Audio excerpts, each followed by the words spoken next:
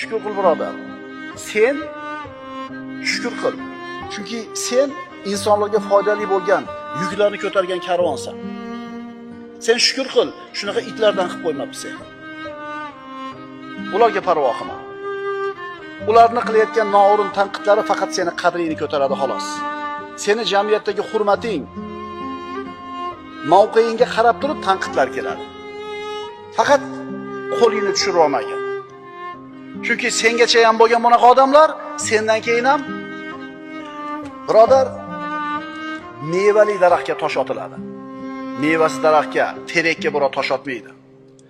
Bunday odamlar, bunaqa noo'rin tanqid qiladigan, tuhmat, malomat qiladigan odamlar Muhammad Mustafa sallallohu alayhi vasallamdan ham kamchilik topishgan.